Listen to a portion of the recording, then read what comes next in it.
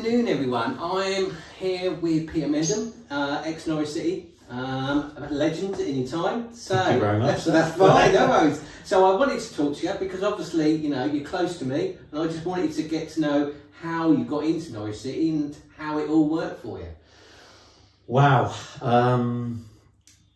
School, really. I loved my school, and I loved playing football at school. And my school teachers encouraged me a lot. They could see something in me, even in the early years of school. But it was when I was at Gaywood Park School that I then thought, I've got a chance here of having a career in football. I wanted to either be a pop star or a footballer, and they were the things that, two main things that people wanted to strive to for the future. But for me, it was certainly football. Really did grip me, and I was playing for the older age group at Gaywood Park School. Is that Kingsley? Kingsley. Yeah, yeah.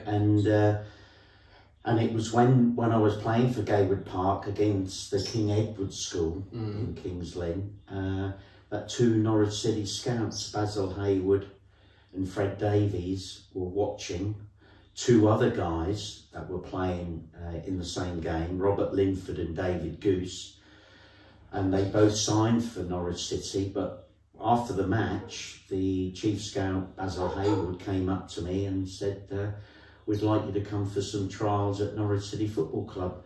So my father walked over, and that's how it really all began. So I went for trials, played a match against Watford youth under 16s, and I scored a hat-trick in a 6-1 win. And I used to play right wing, and I was pretty quick, nippy. Yeah. But I lost that pace when I eventually joined Norwich City in 1976 as a full-time apprentice or a 2-year apprenticeship at Norwich City. But football was, you know, I was so determined, focused to become a professional footballer, and I did everything. You know, I used to, when I went to school, I would juggle a tennis ball, you know, all the way to school, sort of thing. You Just know, to keep, had a ball at my feet, 24/7 basically. Yeah. Even in the sleep, I was dreaming of scoring these goals at Wembley, and thankfully that dream did come true. Yeah, we get on about that. But so obviously, who was your first manager? John Bond. Okay. John Bond was my first manager, and he was very firm, very strict, but an incredible manager in my book. And with a manager, for me, a management is about a team as well. And there was John Bond and Ken Brown, and of course they played for West Ham United back in the 50s, 60s. So Ken was the assistant manager, and we had some great coaches as well, Terry Medwin, John Sainty, who unfortunately passed away a few months ago. But we had some fantastic, George Lee, ex-West Bromwich Albion, you know, we had some incredible coaches, and you know, that time at Norwich City was incredible times. You know, our chief scout was changed to Ronnie Brooks, who was the Sheriff of Norwich at the time, and Ronnie did a fantastic job getting youngsters in, and John Bond was all for that, to giving youngsters a chance, and the likes of Philip Lithgow, Mark Halsey, and people like that started to come through. Justin Fashanu, of course. Yeah, I was going to say, he must have been about around that time. Yeah, and Justin was such an incredible human being and an incredible footballer too. You know, he was a great talent, very physical, and he had some real battles against some of the hard defenders of Liverpool and Wimbledon and teams like that. But getting back to myself, all I wanted to do was have a good 2-year apprenticeship and then sign professional forms for Norwich City. And thankfully in 1978 I was asked to become a full-time professional footballer. And how did that make you feel? Oh, incredible. And a few weeks later, I made my debut for the first team against Derby County at Carrow Road in a 3-0 win. I was substitute, and in those days it was just one sub, and I came on for the last 25 minutes and had a pretty good very active 25 minutes. I covered every blade of grass at Carrow Road and had a couple of near misses. And when the crowd started to call my name, shout my name, that just, I remember it to this day. You know, the supporters of Norwich City have been incredible to me. I think because of my local roots, Kings Lynn, Norfolk, born and bred, and playing for the top club in Norfolk, you know, it just had that incredible feeling. And I knew a lot of supporters personally. I made it my, you know, goal to sort of get to know as many of the supporters as I could, and like I say, they all responded by supporting me, and of course the whole team as they did. Attendances weren't that great during my time, sort of around about the 14 to 15,000 people, but that then started to increase with success, etc., and new managers coming in, and Ken Brown obviously took over after John Bond left to join Manchester City. And how did that feel when he left? Is it like it now, or was it just a phone call? He got a phone call and just left? Or? I think it's as quick as that. Really? Yeah, Manchester City, a big club, and I think John, no disrespect to Norwich City, Norwich City at that time were a big club, you know, and still are a big club.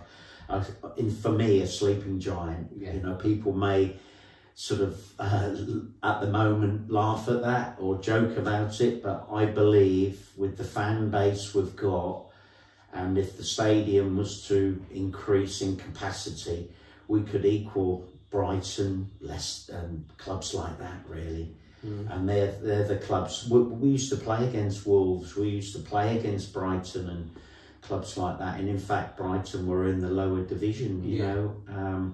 But it's amazing how things turn around. But looking back at my whole career and generally in football, Liverpool dominated. Because Liverpool back then were the team, incredible, king of Europe kings, weren't they? Incredible. 71, was it no? 77, 78, 81 and 84 were their main titles. And, incredible players, incredible professionalism. Their players were just Liverpool Football Club just had it as they are now, you know, with under Klopp and other clubs, you know, Manchester City, incredible setup. I mean, if I'd love to be playing in today's game, not just for the salary, of course, but for the pitches are like bowling greens, you know, the fitness and diet and nutrition, and just there's. Was that around in your day, or? No, we had one physiotherapist, Tim Shepherd, who was over 20 years at Norwich City Football Club as a physio. We had Chris Croton, the club doctor, and that was it with regards to sort of like the looking after the physical side of things with and players. Training every day? Or? Trained every day. We had to be in by 9 o'clock in the morning. We out on the training field at 10 o'clock, and we trained till midday, and in the afternoon we would come in to do weights, or George Lee used to get the sticks out, and they were the hardest training sessions we have ever done. When George Lee said, I'm doing an afternoon of sticks, and it was all agility work.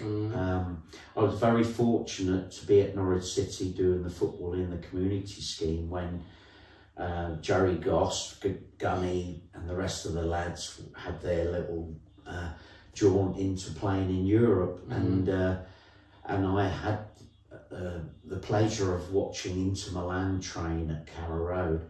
God. And all of their training was based on agility. And that's what we used to do with George Lee, bless him. You know, George Lee, I can't speak highly enough of that man. He passed away quite a few years ago now, couple of decades ago.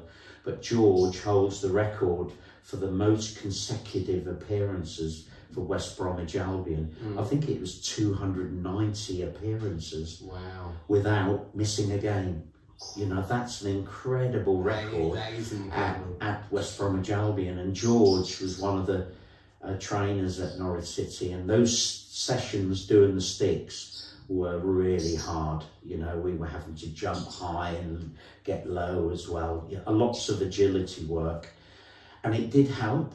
It really did help the squad of players. We had a small squad in the first team, about 16 players, that Ken Brown, the manager who took over from John Bond, had to choose. And we used to bring one or two of the younger lads into the squad as well for games. But you needed 11 players to play and one substitute, so 12 players. And how many subs are you going to use now? I think it's 5. I think it's 5, I think. 5, I'm sure. 5 from 8, I think, something like that. And so obviously you stayed at Norwich City. Did you get approached by any other teams? I did.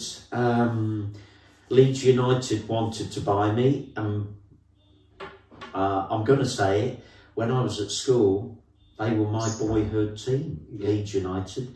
I think it was the lily white strip, all white strip. They had tassels on the socks.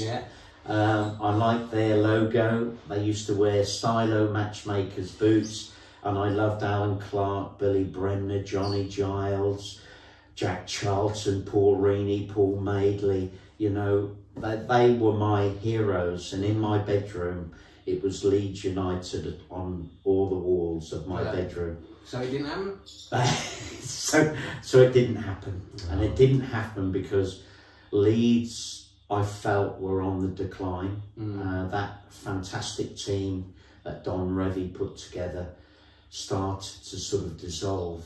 And that's when they drifted into the lower divisions, you know, and I'm glad I stayed at Norwich City because I was playing for my local team. You know, I was a Norfolk boy playing for the top team in Norfolk, and it was just heaven, really, you know, and the passion and desire that I had. Every time I put on that shirt, I would give 110% and more.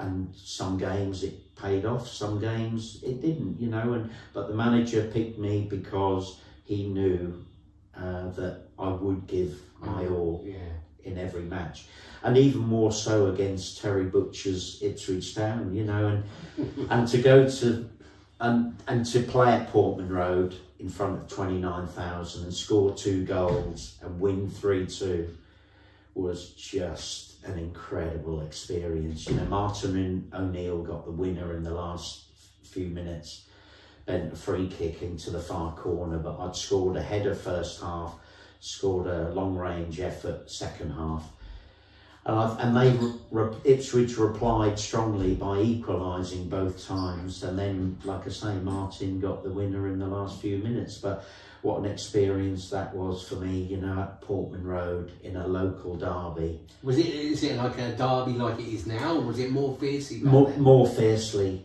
Yeah. The players on the pitch. Terry Butcher from Lowestoft originates from Lowestoft. So there were players, and they had internationals in their team, you know, Mills and Paul Mariner. Paul Mariner. Yeah, I remember that team. Paul Cooper. Yeah. Then you had the defence. There was Russell Osman came into it. He scored in that game actually, Russell. But we got on quite well. Obviously, it was fierce rivalry, but we got on really well. And even today, I'm good friends with Trevor Putney, and it's great to share stories like that. And you know, we were quite successful at the time against Ipswich, although I do remember a 3-1 loss at Carrow Road in the not the FA Cup, the League Cup. and they had two Dutchmen, Arnold Muren and Frans Tyson, and they were exceptional, and they made that team tick. Yeah, really I must admit, when I watched the old videos, because obviously the 78 and 81, when 78 obviously won the FA Cup, and then 81 we won the UEFA Cup. Yeah. You know, I got all the tickets to all the games. Didn't go because I was too young at the time, but they were the team. All my friends were Norwich City. Didn't want to Norwich City. I went to go Ipswich, and from that point onwards, I supported Ipswich. Yeah. I met most of them, and you know, they love talking about the old days. You know, don't get me wrong, the new players, they talk, but they're not really into it like they you know. It's, for me, Ipswich were one of the best clubs in the First Division then, you know, and they were pushing the likes of Liverpool, Man United at the top, Spurs, Arsenal, and in fact, you know, I think Ipswich did have great success, you know, we did at the top of that division, and Sir Bobby Robson was an incredible man, you know, to see him work. And when I did my football coaching licenses, to see Don Howe, who was at Arsenal, of course, you know, incredible coaches. And I count myself lucky, really, because I made my debut for Norwich City in 1978, walked onto the pitch to play alongside Martin Peters, you know, and to play alongside such incredible human being and footballer was just, I had to pinch myself to believe it was happening.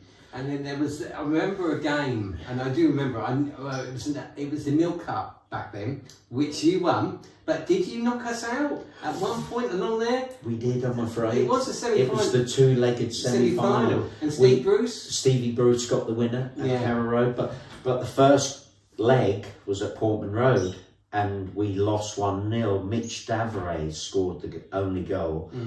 But Dave Watson, Steve Bruce, we played Ken Brown changed the team, and he brought a young lad, Paul Clayton, into the team for that match.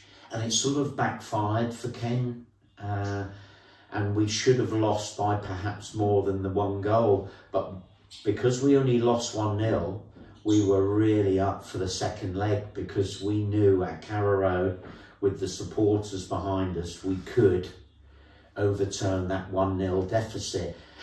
Unfortunately, the main stand had burnt down in a fire, and so there was only 3 sides to the ground at that time: the South Stand, the Barclay, and the River End. But the atmosphere was electric, it really was, and we were all the players were up for it, and we were lucky to have. I mean, we had great players in the squad. John Dean, young players like Louis Donowa, Marky Barr, and myself. Paul Haylock at right fullback, Dennis Van Wyk at left fullback. But our centre halves of Steve Bruce, Dave Watson, midfield experience with Asa Hartford in there with me, and then up front, like I say, we had Louis Donowa, John Dean up front as well, John Devine, a real close friend of mine, who we signed from Arsenal and played for the Republic of Ireland as well. But so we had some great lads, some great players. I'm not going to ask about private stuff, but was it like now? Was there did you get a medal when you got to the semi-finals, or was it a bonus scheme? You're paid by getting further in the competition. The money goes to the club, but the players do benefit from it. I think when we won the final at Wembley Stadium, I'm not sure the actual amount I think it was something like £6,000 per player, something like that. And my wife at the time just wanted a Ford Escort XR3i, which were all the rage. Remember that, and I said, well, here's 6,000, you go and spend it on an XR3i. But I'll be honest with you, our wages were, my first pro contract was £45 a week. And my last professional contract was £400 a week. God. And I knew bricklayers that were laying a lot of bricks to earn the same sort of money, but they were still earning similar money. I mean, but in those days, for me, the lads will say it wasn't about the money. The money was an added bonus, but it was nothing like it is today. No. Nothing like it. In fact, when Chris Sutton was wanted by quite a few clubs, Blackburn Rovers, who had the money at the time, and other clubs, that Robert Chase, the chairman at the time, had to break the, well, he didn't break the maximum wage, which I think was about £1,000 a week. I think he gave him a bonus, a goal scoring bonus. I heard from a very reliable source, every time he scored it was £500 a goal. Yeah, I think that was about And then basically the day that he went to Blackburn, there was all that carnage around about breaking a car aerial. Yeah. Didn't know nothing about that, don't want to get involved in that, but that's what I heard. And then obviously he became SAS with Shearer. That's right. And that was brilliant. Incredible. And when I worked for Norwich City doing the football in the community scheme with Jamie Houch, an incredible guy, an incredible coach who went on to some bigger and better things with the Football Association, and now he's involved with a lot of world football, incredible Jamie Houch. And we had a great 4 years doing the football in the community scheme with Ros Watson, of course, as well. We had some great times, and our remit was to develop women's and girls football. It was to get, and I'm so pleased now that you've got these incredible ladies and girls football teams now sprouted up everywhere. Yeah. I mean, Norwich City and the Professional Footballers Association we were just spearheading so many different things, and that football in the community scheme was so vital for what's happening now, and incredible facilities now, whereas years gone by we were playing on sort of beaches, really. The pitches were just sandy right down the middle of the pitch, they were nothing like they are today. And so it was hard, it was tough. Football was hard and tough. I've got to take you back to what you did mention it. So obviously you beat us in the semi-finals, then it was Sunderland you played in the final. We did, yeah. So what was it like that day going to Wembley? I know you've done it already I know you was going to do it later in your life, but what was it like your first appearance at Wembley? Was it because obviously I went there when I watched England play, and I think I went and watched the Ipswich game there. Don't ask me about that one, but I can't remember it 100%. But I know going there, the atmosphere, the old Wembley, what was that like?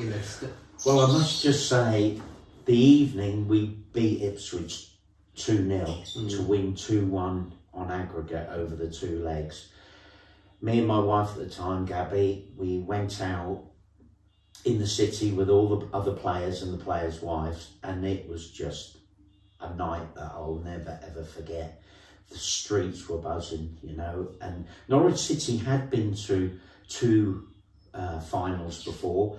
I think they played Rochdale in 1962 in a two-legged final for the League Cup, and then they obviously went to Wembley again and lost to, I think, Spurs. Okay. They lost, and Ralph Coates scored, and Aston Villa.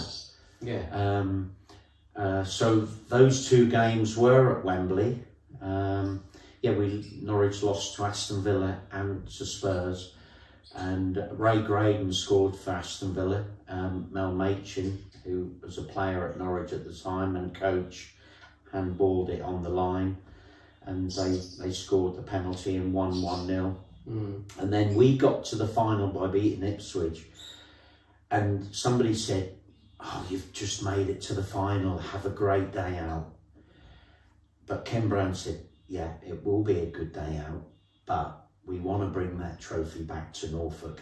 We don't want to play in a final and lose the final. We're here to win. We're going to Wembley to win it." And I'm glad we did win it. It wasn't the best of finals. It was, the very drizzly, and like I say, it wasn't. It was a bit of a stalemate. Neither side wanted to lose. No. But when Asa Hartford hit the shot and it came off the chest of, I think it was corner, and went into the near post for a 1-0 victory, we dug deep.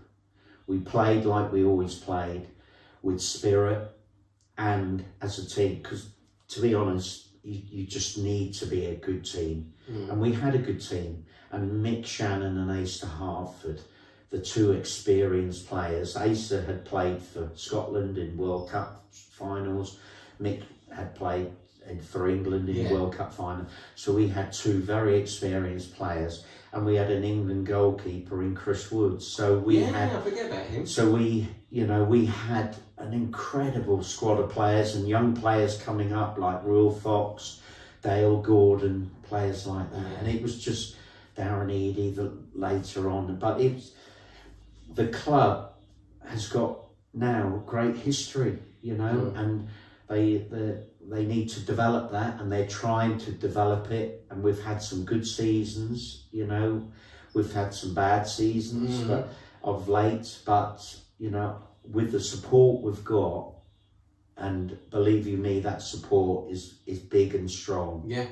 Yes, they have been disappointed over the last few seasons, of course. I've watched games and come out at half time myself because the football has not been great. You go to watch a game of football to be entertained, and sometimes the football's not been great. So and under Daniel Farker, it was really, really good, and I was very shocked and disappointed when he left. But the management and the owners made that decision, and we've got to just back we have, if you're a supporter of a football club, you support the team, and support the under 23s and the young girls that are coming through and doing really well now. So it's, for me, the future's looking bright for Norwich City. It really is, and I'm proud to be. I wish I was still part of it. I must be honest. I love doing the ground tours. I love the football in the community scheme. I loved doing the corporate hospitality with all the main sponsors. I miss all of that, but that's the way it is. I fell from grace in 2006, had a personal matter which went horribly wrong, but that's in the past now. I've paid the punishment, and it's now about the future, and I feel fit, strong in body and mind still, and that's good. Enjoying life. Well, that's the main thing. As long as you enjoy it, and obviously going back. So you played. You left. What age was it when you left Norwich? I had to finish playing in 1987. I had arthritis to my left hip. Oh, right. Which I've since had my left hip replaced. In 2006, I had surgery to have my hip replaced. And I suffer quite a bit of arthritis throughout my whole body, but I do a lot of flexibility exercises. I eat healthily, as healthily as I can. And you can't blame a Chinese cake. But I've been blessed with a good body, and I've made sure that I've looked after it. I haven't done anything that I shouldn't do. I do enjoy my glass of wine and the odd pint of beer, of course, and like most people, but I've never smoked, and I have lived very healthily over my lifetime, and touch wood, that continues to later years, But at the age I am now, coming up to 64, I feel fit and healthy enough to still coach children, to still coach football to adults as well. I love doing charity matches, organising them.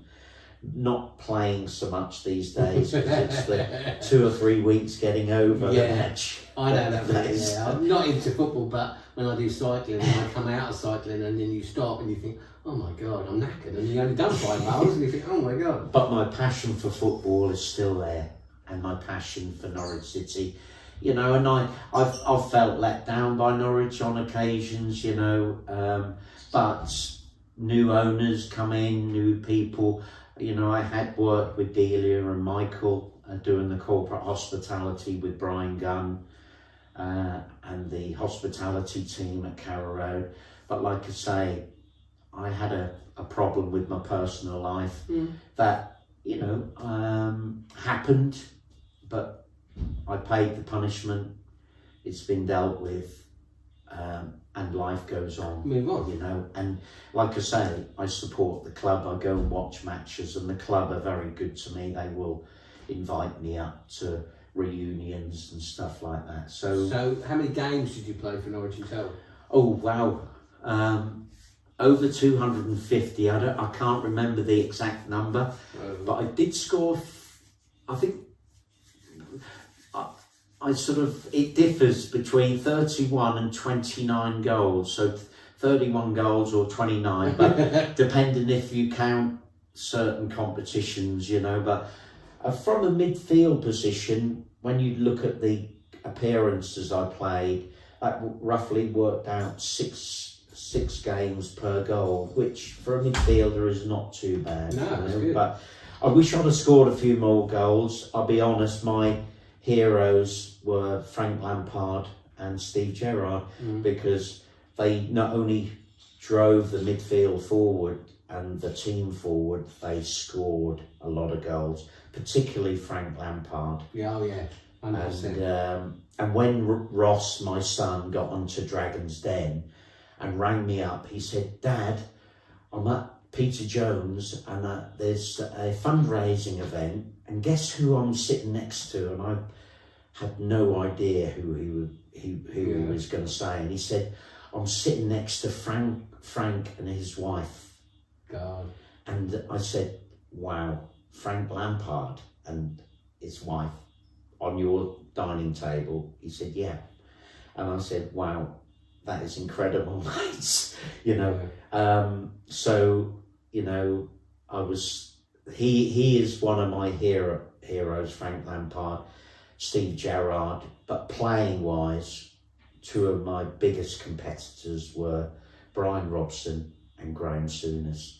And the work that Graham Souness has been doing in his life, you know, not only as a pundit on television, but, you know, swimming the channel for that little girl. And, you know, and I believe strongly in charities. When I worked for the air ambulance for 5 years and raised £5 million, I did it for the people of Norfolk, because that air ambulance was for the whole of East Anglia, Norfolk, Suffolk, Cambridgeshire. And it saved lives in Norfolk, Suffolk and Cambridgeshire. And I was proud to support and raise money with my volunteers, of which I've had about 40 volunteers. But the people of Norfolk really did grip the charity, and I can't praise the Norfolk people enough for their donations, because they did it to follow me. I know they did it because of my ex-football career, but they also did it because it is such a good charity. That shouldn't really be a charity, but we have to raise serious amounts of money. And to see ex-rugby players, footballers supporting these much, you know, the MND charity, you know, for Rob Burrow and Doddy Weir, and the work that I forget his name offhand, but he is just, I just love seeing these people going through hell to raise money, you know, and that's what I love about sport, really, and in particular football, because you know, there's a lot said about pro footballers, but I know a lot of pro footballers are very generous with their money. They will support individuals and charities with their money, and I believe they should, because when you're earning sort of £250,000 a week, you'll have a lot of money at your disposal to help people. Well, it is. I mean, you know, with you doing the North thing, I've seen your efforts because obviously before I left my job, I used to go to Bestthorpe Motocross. Yeah. And in Norfolk, I used to see their ambulance come 3 or 4 times a month easily with people coming off. So I've seen it, and they've always mentioned you in chats. So I know obviously that. Yeah. So, you know, thank you very much for that.